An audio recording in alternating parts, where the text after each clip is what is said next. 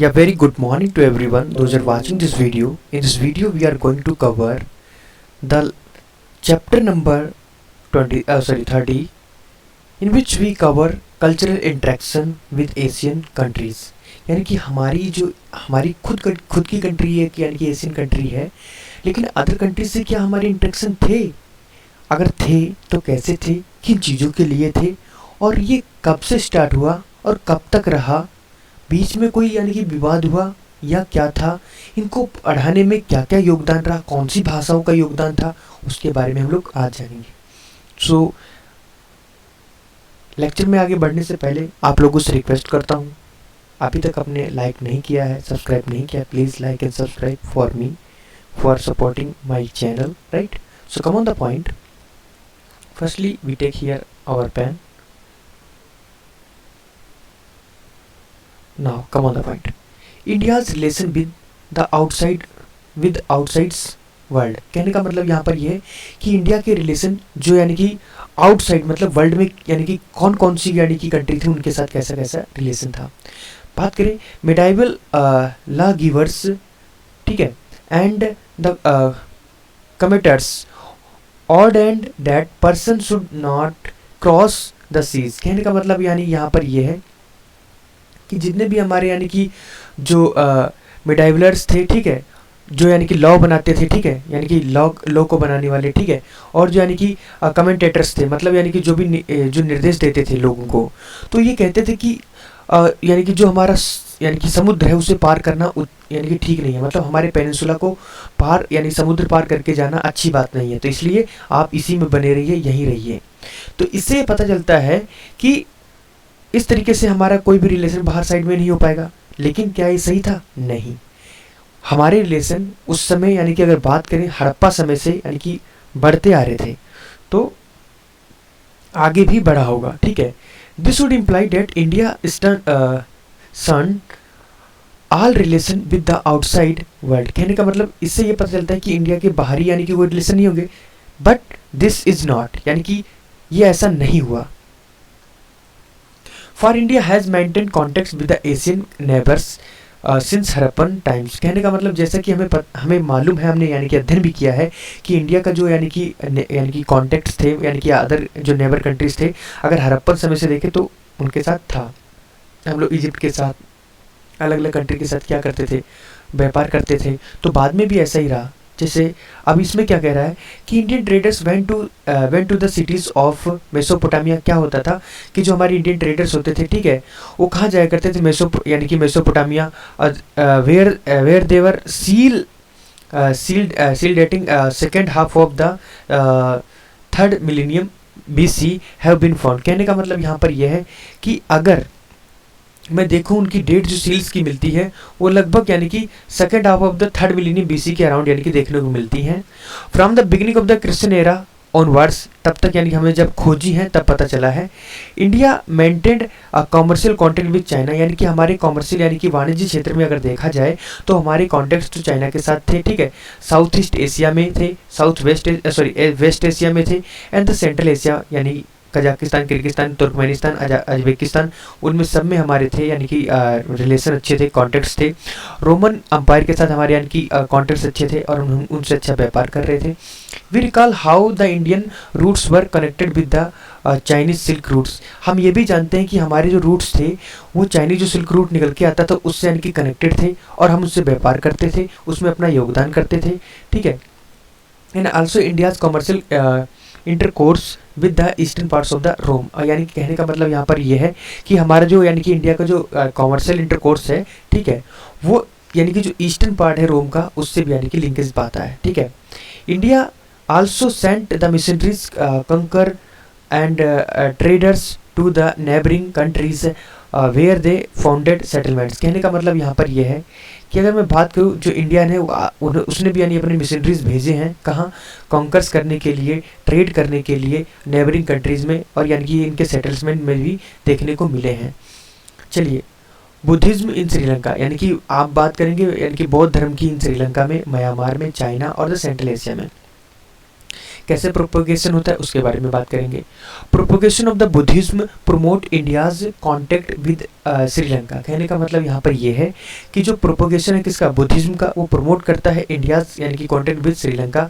यानी कि जैसे जैसे वहाँ पर प्रोपोगेशन हुआ यानी कि बुद्धिज्म का, उससे यानी कि ज़्यादा से ज़्यादा प्रमोट, यानी कि जैसे प्रमोट कर रहे हैं हम बुद्धिज्म को, तो इससे एक प्रमोट मिलता है क्या, कॉन्टेक्ट, हमारे कॉन्टेक्ट विद श्रीलंका के साथ, म्यांमार के साथ, सेंट्रल एशिया के साथ और चाइना के साथ। ठीक है, Buddhist missionaries were sent to Sri Lanka, यानी कि बहुत सारे बुद्धिस्ट मिनिस्ट्रीज यानी मिशनरीज थे जिनको श्रीलंका में भेजा गया।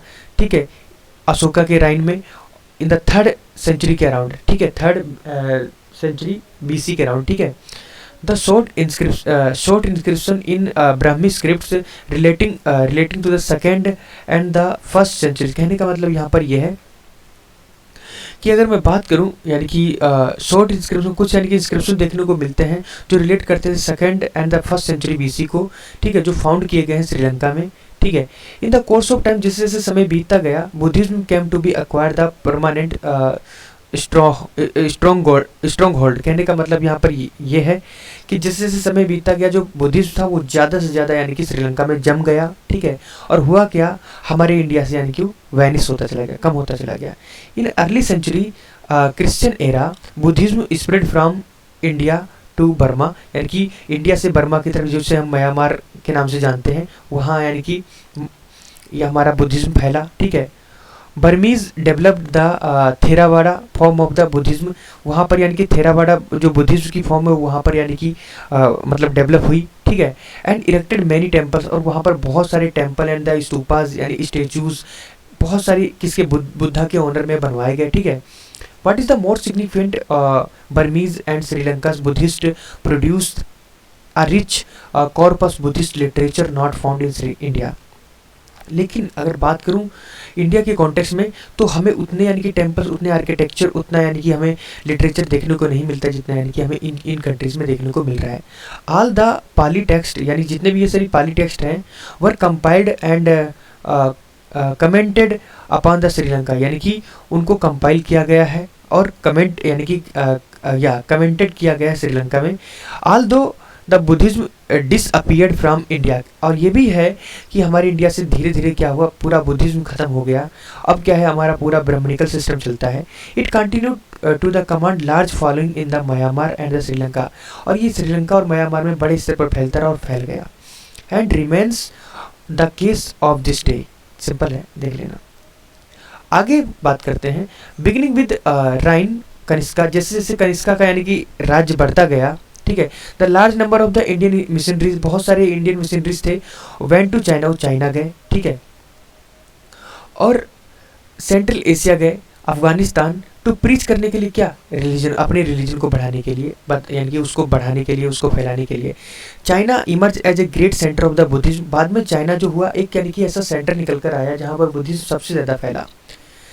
चाइनीज रिकॉर्ड्स मेंशन, यानी कि चाइनीज रिकॉर्ड्स के अकॉर्डिंग अगर चले तो वहाँ पर देखने को मिलता है 160 विजिट्स हुई made by the Chinese monks during this 5th to 8th centuries, यानी कि हमारे भारत में आने वाले लगभग 162 यानी कि चाइनीज मॉन्क्स थे जो भारत में खाली शिक्षा के लिए आए, यहाँ पर बुद्धिस्ट को जानने के लिए आए, बुद्धिस्ट के बारे में ज़्यादा से ज़्यादा डिटेल नॉलेज लेने के लिए, बुद्धिस्ट के बारे में क्या क्या बताया गया है उन सभी को शिक्षाओं को अच्छे से ग्रहण करने के लिए वो बहुत सारी हमारी जो नालंदा यूनिवर्सिटी है या और भी जगह यानी कि रुक रुक कर उन्होंने पढ़ाई करी, बहुत समय बिताया। ठीक है, but the visit of only one Indian scholar called Bodhidharma to China is recorded in this period। लेकिन अगर इंडिया के कॉन्टेक्स्ट में देखें तो एक ही पर्सन था जिसका नाम था बोधिधर्मा, जो चाइना गया था, उसकी यानी कि विजिट रिकॉर्ड की गई है इस पीरियड के around. All this visits were concern with Buddhist text and translation. कहने का मतलब यहाँ पर ये सभी जो विजिट्स थी उसको कंसर्न किया गया किसके साथ, बुद्धिस्ट टेक्स्ट के साथ। ठीक है, और ट्रांसलेशन किया गया है। Thus, despite the linguistic differences, we notice an amazing contact between India and China to Buddhist context। कहने का मतलब यहाँ पर यह है कि हमारे यहाँ बहुत सारे लिंग्विस्टिक डिफरेंसेस देखने को मिलते हैं। हम चाइना की जो लैंग्वेज है चाइनीज़, उसको समझने में बहुत दिक्कत होती है, हम समझ नहीं पाते, वो हमारी लैंग्वेज भी नहीं समझ पाते। फिर भी हमारे यहाँ एक अमेजिंग फैक्ट ये है कि हमारे कॉन्टेक्ट हैं चाइना के साथ, किसको लेकर, खाली यानी कि किसके कॉन्टेक्स्ट में, बुद्धिस्ट के कॉन्टेक्स्ट में। फ्रॉम चाइना, अगर चाइना से बात करें तो बुद्धिज्म स्प्रेड टू कोरिया, यानी कि चाइना से आगे क्या हुआ, जो बुद्धिज्म था कोरिया में स्प्रेड हुआ, जो आज यानी कि साउथ कोरिया और नॉर्थ कोरिया में डिवाइडेड हो गया, ठीक है। उसके बाद जापान में स्प्रेड हुआ, and it was search of Buddhist text and doctrine several Chinese pilgrims such as the Fahien the Hiuen Tsang came to India. और इन्हीं सब चीज़ों को यानी जब फैलते उन्होंने देखा तो वो क्या करे, भारत में आए, और यहाँ पर यानी कि जो राइटर मतलब देखा जाए, वो यात्री जो देखे जाए पिलग्रिम्स थे, जिनका नाम हुएनसांग था और एक का नाम फाहियान था, वो आए और यहाँ पर बहुत सारा अध्ययन किया, बहुत सारी यानी कि मतलब अपना समय बिताया यहाँ पर। Eventually this contact proved fruitful to both countries. और बाद में क्या हुआ, जैसे ये यहाँ पर आया तो इस यानी कि अगर ये राइटर उस वक्त ना आए होते, इन्होंने ना लिखा होता, तो आज हमारे कुछ यानी कि जो चीज़ें उनको समझने में दिक्कत होती। तो ये बहुत बड़ा एक फल निकल कर आया हम दोनों कंट्री के लिए। हमने अपनी हिस्ट्री को उन्हीं के यानी कि कॉन्टेक्ट यानी कि उनसे मिला हुआ जो टेक्स्ट है, उनसे मिला हुआ जो कंटेंट है, उसके बेसिस पर हमने अपनी हिस्ट्री को ढाला, अपनी हिस्ट्री को एक यानी कि प्लॉट किया उसी तरीके से। A Buddhist colony arose at Tun Huang, कहने का मतलब यहाँ पर यह है कि एक बुद्धिस्ट कॉलोनी जो है उभर कर आई कहाँ, तुन Huang, which was starting point of the companies of the merchant crossing the dessert, यानी कि जैसे डिजर्ट को क्रॉस करते थे तो वहाँ पर यानी कि देखा जाए एक स्टार्टिंग पॉइंट था किसका, कंपनीज का, जो यानी कि मैं बात कर रहा था टुन हुआंग का। The Indian learned the art of the, यानी कि इंडिया ने चाइना से क्या सीखा, सिल्क बनाने की कला सीखी, और जो चाइना के जो लोग थे उन्होंने भारत से बुद्धा की पेंटिंग बनाने की कला सीखी। मतलब अगर आप हमें कुछ देंगे तो हम आपको कुछ देंगे, ठीक है। ये मतलब गिव एंड टेक मेथड आया। The two other great centers of the Buddhism in ancient times were Afghanistan and the central Asia. कहने का मतलब यहाँ पर यह है कि अगर मैं बात करूँ दो और सेंटर्स यानी कि जो ग्रेट सेंटर मतलब महान सेंटर जो देखने को मिले, केंद्र बिंदु देखने को मिले, केंद्र देखने को मिले, तो उसमें से था कौन सा, अफगानिस्तान, और दूसरा क्या था, सेंट्रल एशिया, ठीक है। In Afghanistan many statue of Buddha and Buddhist monasteries have been discovered. यानी कि कहने का मतलब यहाँ पर यह है अफगानिस्तान में बहुत सारे यानी कि बुद्धा के यानी कि जो स्टेचू हैं उनको, और बुद्धिस्ट के जो यानी कि मोनेस्ट्रीज हैं उनको भी डिस्कवर्ड किया गया है, ठीक है। Begram and Bamiyan situated in the north of this country. कहने का मतलब यहाँ पर यह है कि जो बेग्राम है और यानी कि जो बेमियान जो है उनको सिचुएट किया गया नॉर्थ ऑफ यानी कि इस कंट्री के, आर फेमस फॉर सच यानी कि रिलिक्स, जो इस यानी कि रिलिक्स के लिए बहुत ही फेमस था। Begram is a famous for ivory works, यानी कि जो बेग्राम था वो यानी कि आइवोरी वर्क्स के लिए यानी कि आइवोरी के कार्य के लिए यानी कि फेमस था, which is similar to Indian works या वर्कमैनशिप इन कुषाण टाइम्स। यानी कि ये इतना सिमिलर, इतना यानी कि मतलब एक किस्म से सम्मित था उसके वर्कमैनशिप के, जो कुषाण टाइम्स में यानी कि देखने को मिलता है इंडियन कॉन्टेक्स्ट में, ठीक है। Bamiyan had distinction of boasting of the tallest Buddha statue sculpture out of rock in the early centuries of the Christian era. Unfortunately, this was recently destroyed by aggressive fundamentalist Afghan Muslim. हुआ क्या कि मैं अगर बात करूं जो क्या बोलते हैं, एक जैसे बुद्धा का अगर मैं बात करूं जो यानी कि बेमियान जो है हेड यानी कि एक distinction boasting of the tallest, यानी कि वहाँ पर बुद्धा का स्टेचू देखने को मिलता है, ठीक है। और ये स्कल्पचर आउट ऑफ रॉक, यानी कि ये ऐसा यानी कि स्टेचू था जो यानी कि एक रॉक से काट कर बनाया गया था अर्ली सेंचुरीज में, ठीक है। लेकिन हुआ क्या, कुछ मुस्लिम्स आए, ठीक है, मुस्लिम शासक आए जो अफगानी मुस्लिम थे, उन्होंने क्या किया, इसको यानी कि बहुत ही वो एग्रेसिव स्वभाव के थे, उन्होंने इसे डिस्ट्रॉय कर दिया। Bamiyan has thousands of natural and artificial caves, यानी कि बेमियान में अगर देखा जाए तो वहाँ पर प्राकृतिक और यानी कि मानव निर्मित यानी कि कुछ यानी कि आर्टिफिशियल केव्स थी, गुफाएं थी, ठीक है। इन विच मॉन्क्स लिव्ड, जहाँ पर यानी कि वो जो मॉन्क्स मतलब साधु लोग थे वो रहा करते थे। Buddhism continued to hold its ground in Afghanistan until the 7th century when it was supplanted by Islam. कहने का मतलब यहाँ पर यह है कि हमारा जो बुद्धिज्म है अफगानिस्तान में लगभग 7वीं शताब्दी तक रहा, जब तक यानी कि मुस्लिमों ने इसे यानी कि सप्लांट नहीं किया, मतलब ध्वस्त नहीं किया। A similar process took place in the Central Asia, और यही यानी कि सिमिलर यानी कि यही जो सिमिलर प्रोसीजर था वो यानी कि सेंट्रल एशिया में भी चलता रहा इसी तरीके से। Excavation have been revealed Buddhist monasteries, stupas and the inscriptions and manuscripts written in Indian languages. कहने का मतलब यहाँ पर ये है कि एक्सकेवेशन जो है ये बताते हैं कि जो Buddhist monasteries and the stupas and the inscriptions, ठीक है, वो जो एंड मनुस्क्रिप्ट्स वो क्या क्या लिखे गए थे, इंडियन लैंग्वेजेस में लिखे गए थे सेवरल प्लेसेस में इन सेंट्रल एशिया में। As a result of the extension of Kushan rule, कहने का मतलब यहाँ पर यह है कि उसका यानी कि जैसे जैसे कुषाण का रूल आया, ठीक है, प्राकृतिक रिटर्न यानी कि कहने का मतलब यहाँ पर यह कुषाण के रूल में क्या हुआ, उसकी भाषा यानी कि उसकी भाषा यूज की गई प्राकृतिक, ठीक है, खरोष्टी एक स्क्रिप्ट थी जो स्प्रेड हुई सेंट्रल एशिया में, वहाँ पर देखने को मिले।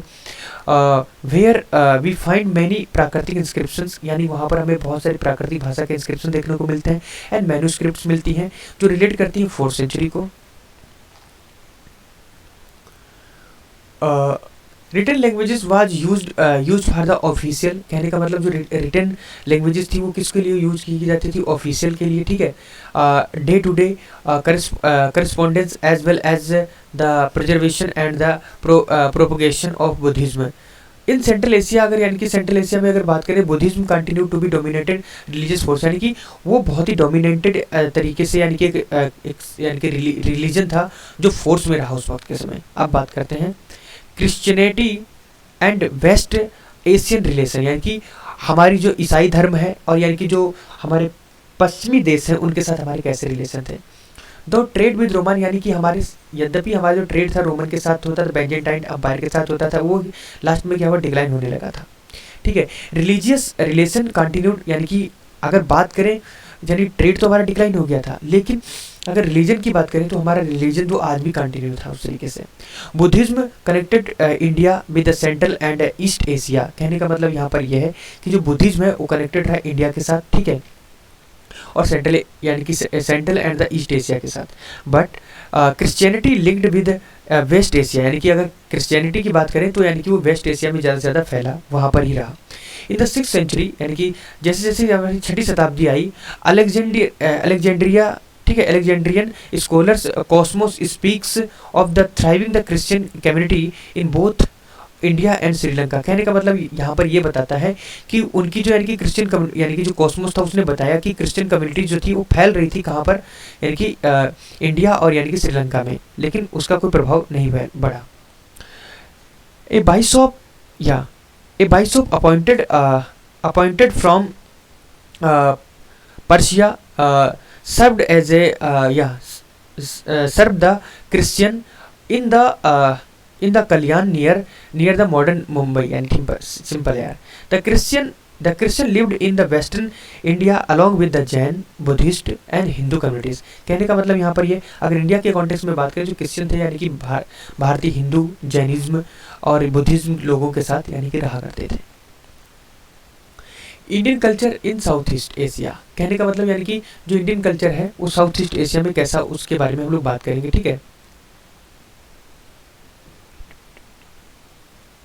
Okay, Indian culture also spread to south east Asia. कहने का मतलब यहाँ पर यह है कि जो इंडियन कल्चर था वो यानी कि स्प्रेड हुआ साउथ ईस्ट एशिया में, ठीक है, but know through the medium of the Buddhism, लेकिन यानी कि बुद्धिज्म के मीडियम के द्वारा नहीं फैला, ठीक है, accept in case of the Burma, यानी कि बर्मा को यानी कि छोड़ दें तो उसके कॉन्टेक्स्ट में नहीं बात कर रहे हैं हम लोग। It was mostly diffused through the Brahmanical cults, यानी कि इसको डिफ्यूज कर दिया गया यानी कि जो ब्राह्मण कल्ट थे उनके द्वारा।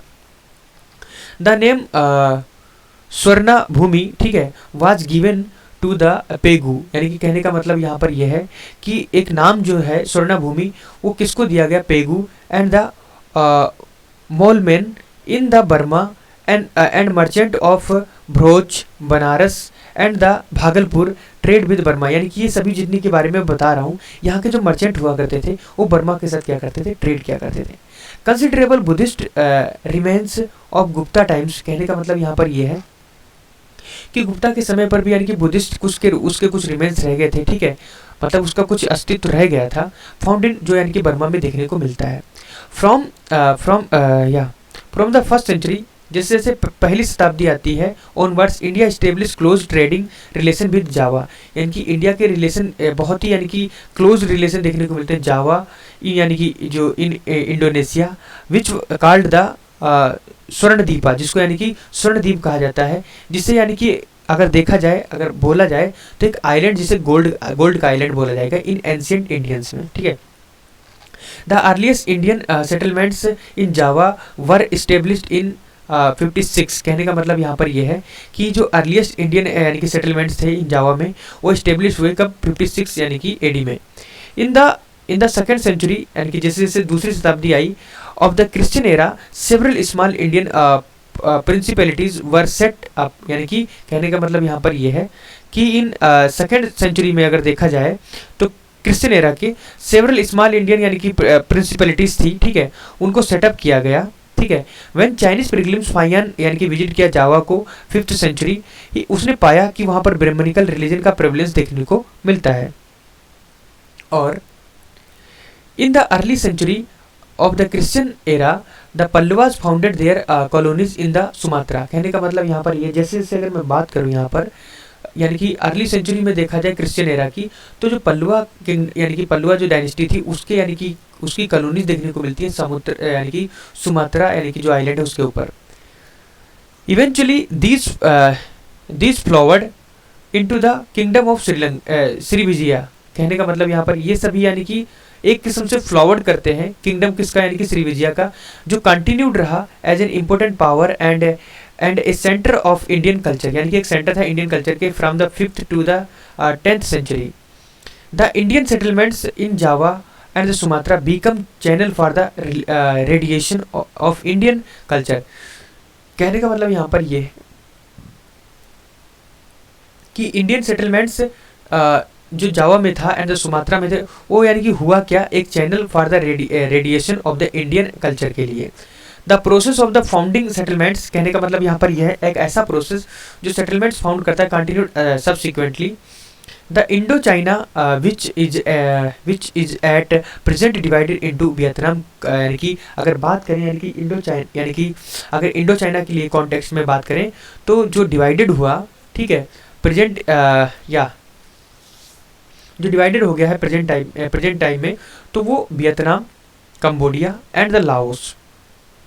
इंडियन सेटअप 2 पावरफुल किंगडम्स, कहने का मतलब यहाँ पर यह है कि इंडियंस ने सेटअप किया क्या 2 पावरफुल किंगडम्स इन कंबोजा, ठीक है, एंड चांपा, ठीक है। The powerful kingdoms of the Kambuja जो यानी कि coterminous with the modern Cambodia, कहने का मतलब यहाँ पर यह है कि अगर पावरफुल किंगडम की बात करें जो कंबोजा था, जिसको यानी कि अगर आज के मॉडर्न समय में क्या कंबोडिया बोला जा रहा है, was founded in the 6th century, यानी कि कब फाउंड किया गया उसे 6ठी शताब्दी के around. It's ruler were devotee of Shiva, यानी कि इसका जो रूलर था वो ज़्यादा से ज़्यादा विश्वास रखता था शिव भगवान में, and developed the Kambuja into centre of the Sanskrit, कहने का मतलब यहाँ पर यह है कि उसने क्या किया, डेवलप्ड किया कंबोज को एक सेंटर जहाँ पर यानी कि संस्कृत अध्ययन के लिए यानी कि जाना जाए वो। And numerous inscription were composed, यहाँ पर यानी कि बहुत सारे इंस्क्रिप्शन को भी कंपोज्ड किया गया। In the neighbouring of the Kambuja at Champa embracing southern Vietnam and the fringes of the northern Vietnam, it seems that the traders set up colonies, कहने का मतलब यहाँ पर यह है कि अगर यानी कि नेबरिंग बात करें यानी कि कंबोजा की एट यानी कि चांपा एंड द इम्ब्रेस करता था southern Vietnam and the fringes northern and the Vietnam, वो देखने को मिलता है कि जो ट्रेडर्स थे उन्होंने सेटअप किया अपनी कॉलोनीज को इनमें, जिनका मैंने अभी नाम बताया। The king of Champa was also a Shiva, वो भी यानी कि एक शिवा के यानी कि वो क्या थे, फॉलोवर थे। एंड ऑफिशियल लैंग्वेज ऑफ चांपावाज संस्कृति, उनकी जो ऑफिशियल लैंग्वेज थी मतलब यानी कि जो खुद की यूज करने वाली ऑफिशियल मतलब ऑफिस के यानी मतलब एक दफ्तरी है मतलब एक राजशाही जो यानी कि भाषा थी उनकी संस्कृति थी। This country was considered to be a great centre of the education in the Vedas and the Dharmashastra. अगर मैं बात करूँ चांपा की तो एक ऐसी कंट्री थी जहाँ पर यानी कि एक बड़ा यानी कि सेंटर था एजुकेशन के लिए जिसमें वेदा और धर्मशास्त्र को यानी कि अध्ययन किया जाता था। Indian settlements in Indian Ocean continued to flourish until the 13th century. कहने का मतलब यहाँ पर यह है कि जो इंडियन सेटलमेंट्स है इन द इंडियन ओशियन, ठीक है, वो कंटिन्यूड रहा, फ्लरिश रहा अब कब तक, यानी कि 13th सेंचुरी तक, ठीक है, 13th सेंचुरी तक। एंड ड्यूरिंग दिस पीरियड, यानी कि इस पीरियड के दौरान there inhabitants intermingled with the local couples. Continued commingling gave rise to new types of arts, language and literature. We find these countries several arts objects and shows evidences of happy blending of both Indian and the indigenous elements.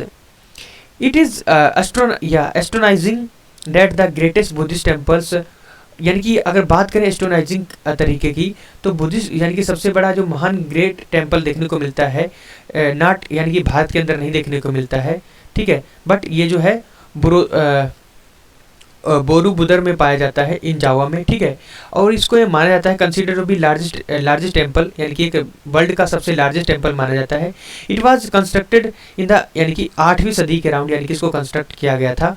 और इसमें क्या है, लगभग 436 images of Buddha हैं जो engraved की गई हैं, इलिस्ट्रेट की गई हैं, और उसके लाइफ के according.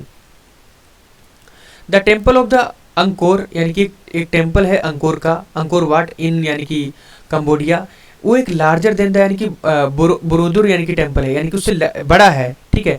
Aldous this temple dates medieval times, अगर इस टेम्पल की बात करें मेडाइवल टाइम को, यानी कि क्या करता है, इंक्लूड करता है। It can be compared to the best artistic achievements of the Egyptian and Greek. कहने का मतलब यहाँ पर यह है कि ये कंपेयर करता है to the best artistic achievements of the Egyptian and Greek.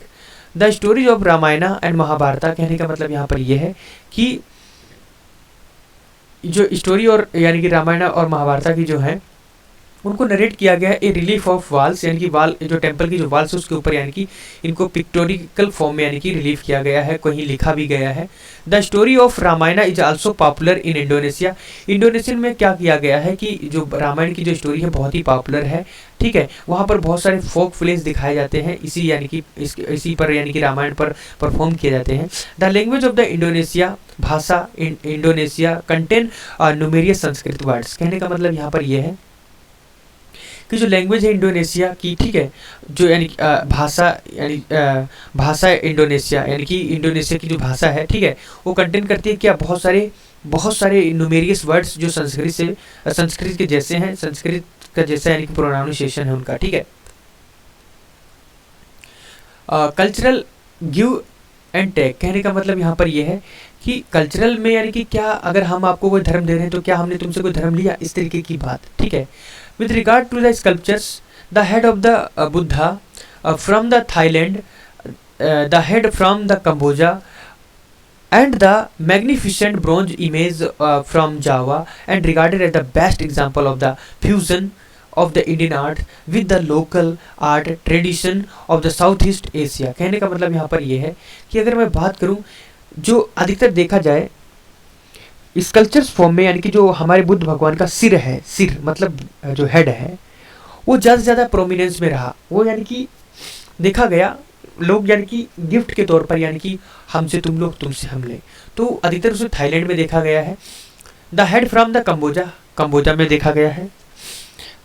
And magnificent bronze, यानी कि ब्रॉन्ज इमेजेस देखने को मिली है फ्रॉम जावा से, जो रिकॉर्ड की गई best example for the fusion of Indian arts with the local tradition in the Southeast Asia में। Similarly, the beautiful examples of the paintings comparable to those of the Ajanta are found only in Sri Lanka। कहने का मतलब यहाँ पर ये है कि बहुत सारी ऐसी भी, यानी कि ब्यूटीफुल, यानी कि जो एग्जाम्पल है, पेंटिंग है, जो यानी कि कंपेरेबल फॉर्म में है, अजंता से, यानी कि अजंता से बिलोंग करती हैं, वो फाउंड की गई हैं श्रीलंका में ही, और ठीक है, यानी कि श्रीलंका में ही नहीं बल्कि यानी कि तुनहुंग, यानी कि जो केव है उसकी चाइनीज बॉर्डर से जो बिलोंग करती हैं वहां पर भी देखने को मिली है। It would be wrong to think, यानी कि ये सोचना थोड़ा गलत होगा कि religion alone contribute to the spread of the Indian culture, यानी कि ये कहना गलत होगा कि हर जगह इंडियन का ही कल्चर, यानी कि हर जगह फैलता ही जा रहा है। तो उसके लिए क्या कह रहे हैं कि missionaries were backed by the traders and the conquerors, कहने का मतलब जो मिशनरीज थे वो लौट कर आए, ठीक है, बाय द यानी कि ट्रेडर्स के द्वारा, ट्रेडर्स के फॉर्म में, एंड कंकर किया। ट्रेड इवेंचुअली या evidently played a vital part in the stabilising the India's relation with the central Asia, कहने का मतलब जैसे जैसे यानी कि ट्रेड बढ़ा उसमें देखने को मिलता है कि एक बड़ा यानी कि रोल अदा होता है, बड़ा पार्ट देखने को पड़ता है स्टेबलाइजिंग इंडियाज रिलेशन, यानी कि इंडिया के रिलेशन बड़े स्तर पर देखने को मिलते हैं सेंट्रल एशिया, ठीक है, and the south east Asia. The very name Suvarna Bhumi, Suvarna Dvipa given to the territories of the Southeast Asia suggested that Indians search of gold, कहने के मतलब इंडिया जो थे वो घूम रहे थे किसके चक्कर में, गोल्ड की सर्च में। Trade led not only to exchange of the goods, यानी कि ट्रेड खाली एक्सचेंज ऑफ गुड्स का मतलब ही नहीं होता है, but also the elements of the culture, यानी कि वहाँ पर कल्चर के एलिमेंट्स को भी यानी कि एक्सचेंज करना होता था। It would be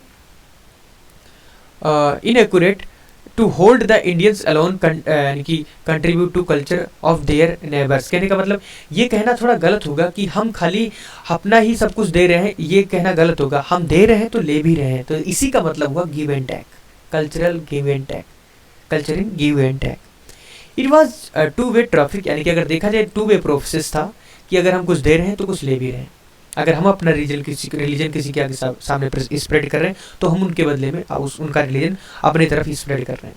the Indians acquired the crafts of यानी कि minting gold coins from the Greek and the Romans, कहने का मतलब यहाँ पर यह है कि इंडियंस ने सीखा क्या, मिंटिंग करना गोल्ड कॉइन्स को, ठीक है, फ्रॉम द किसे, ग्रीक और रोमन से।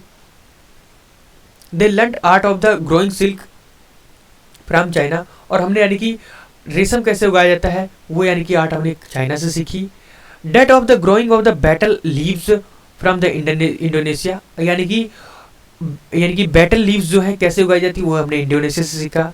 And adopted the several other products from the neighbouring countries, और बहुत सारी चीज यानी कि अदर प्रोडक्ट्स हमने सीखा कैसे यानी कि उनको यानी कि अडॉप्ट किया जाए, यानी कि यानी बहुत सारे प्रोडक्ट्स के बारे में यानी कि जाना अदर कंट्रीज से, ठीक है।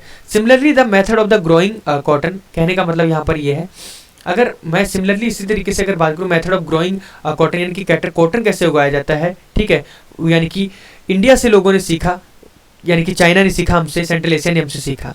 However the Indian contribution seems to have been significant in art, यानी कि अगर मैं बात करूँ कि जो इंडियन है उनका कंट्रीब्यूशन देखने को मिलता है किसमें, आर्ट्स में, रिलीजन में, स्क्रिप्ट्स में, लैंग्वेजेस में।